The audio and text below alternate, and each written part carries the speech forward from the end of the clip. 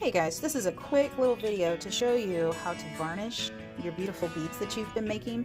We are going to use a water-based polyacrylic protective finish at the school, and at home you could use clear nail polish, Mod Podge. If you would like to deliver your beads to school already strung up on your fishing line, then I do not mind going ahead and varnishing them and then returning them to you so that you can make jewelry out of them. But they have to be on the string. If they are not already strung up on the string, then I will not do it. Now, the first thing that you want to do is you want to do a balloon tie at the end of your string to create a loop. So this little loop, all I did was loop the end, and I'm going to take this little loop and I'm going to wrap it around my fingers and tie it in a knot like this one time. And then I'm going to do it a second time. And the reason that I'm doing this is so that whenever I put my beads on the varnishing string, loop it 2 times around my fingers, just like whenever you're tying a balloon. I just want to make sure that I have a loop on the end so that my beads don't fall off the end. Now that you have strung all 30 of your beads onto the varnishing fishing line, it should look like something like this. Now you should have 30 of these, so it's going to be pretty long. And notice how that loop for the fishing line, which we are using a 6-pound fishing line, so it's not too thick, but it's pretty strong. It's not going to be able to fall off the end because that's in the way. The whole purpose of varnishing the beads is for this right here. These beads are just rolled up paper, as you know.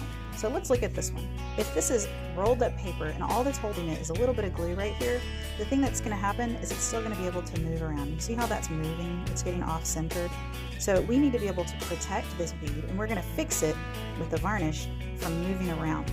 Now the problem also happens that if you varnish on the first coat and you go this way across the bead, it's going to move that down. You don't want to go that way. What you need to do is when you varnish, you go this way with the roll of the bead. That's for the first layer. You have to go with the varnish or with the roll of the bead in order to keep it from moving around. So go to the end and you're going to loop it again because you don't want them to fall off. And if you have a handy little loop at the end of your beads, then you're going to have something to hang it from. And this is just the varnishing string. Everyone at virtual and everyone at school, you're going to get 2 pieces of string. The first string is to varnish it on, and it's going to be all gunky and gross. So you're going to have to cut your beads off of it later, so you don't need it. So you can just take your little loop, wrap it around your fingers, just like a balloon, and you're going to tie it at the end. And I usually do it 2 times just to make sure it doesn't come undone. But you'll have a loop at the end, so you'll have something to hang on to. And well, now I have 2 loops. I didn't keep that very close together. So you'll have something to hang on to, something to clip onto if you're going to hang it from someplace to dry.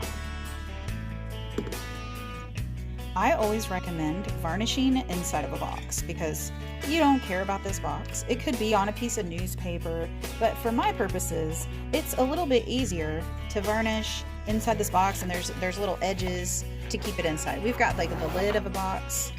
So if you've got something like this at home, or you've got a plastic piece of plastic you can lay down, you need to be able to protect the surface that you're going to be painting on.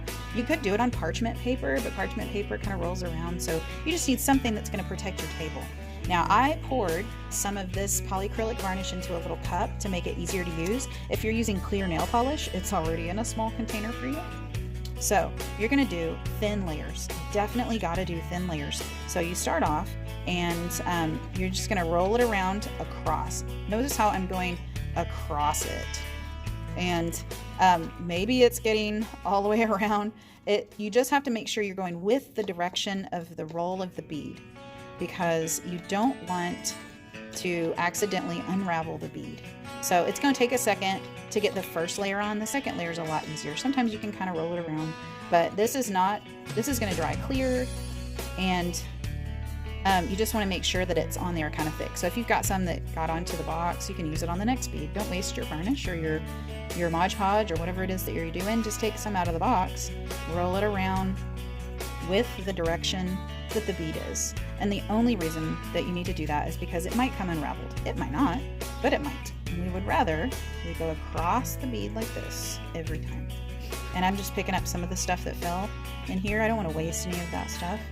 This polyacrylic varnish is about $18, I think, for a quart, and we bought a big gallon of it for school, and it was about $50 for a gallon. It's real expensive. We do not want to waste it. And same thing if you're using clear nail polish, right?